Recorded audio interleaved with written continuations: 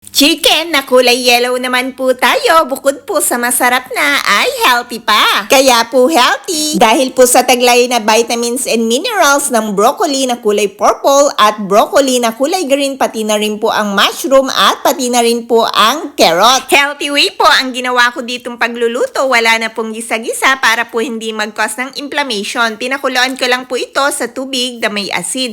Pagkatapos naman po niyan ay binabaligtad ko lang po at tinusok-tusok para naman po magpantay ang pagkakaluto dito. After po mga ilang minuto nang maabsorb na ang water nitong mga manok ay nilagay ko po ang carrots at nag-add po ako ng water. Sinunod ko naman pong ilagay ang broccoli na kulay green and then nilagay ko na rin po ang broccoli na kulay purple at pati na rin po ang mga mushroom. Then hinalo ko lang po para magpantay po ang pagkakaluto sa mga gulay at after po mga ilang minuto ay eto na po at naluto na po ang chicken na kulay yellow na may kasamang mga healthy mga vegetables. Ano nga po ba ang benefits ng kulay purple na broccoli? Ito po ay nakakatulong sa ating dietary fiber at meron din po itong vitamin C, vitamin K at B9. Meron din po itong mineral, iron, and calcium na kailangan ng ating katawan. Kaya naman po ang purple na broccoli ay napaka-healthy din po sa ating katawan. At ang benefits naman po ng mushroom, meron po itong immunity booster at tumutulong din po ito sa mga taong nagda-diet. At pinapalakas po ng mushroom ang ating mga puso at ang mushroom po ay malaki ang tulong sa mga taong may cancer. Dahil po binabawasan ng mushroom ang masamang pakiramdam ng taong may cancer dahil nga po sa taglay na vitamins and minerals nito kapag ito po ay kinain ng mga taong may cancer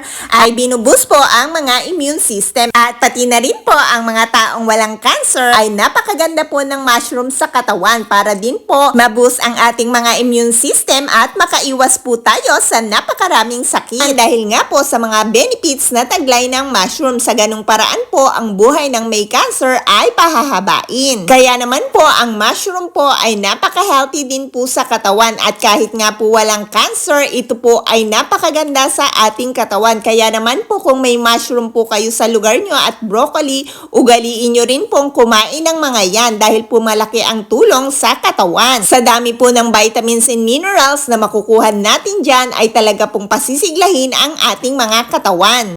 Pati din po ang benefits ng green broccoli ay napakaganda rin po niyan sa puso. May anti-cancer din po yan, maganda sa bone at may aid digestion at may antioxidant. Meron din pong anti-inflammatory at binubus nga din po ang immune system at napakaganda po sa taong may diabetes at may vitamin C at detoxification at napakarami pa pong iba.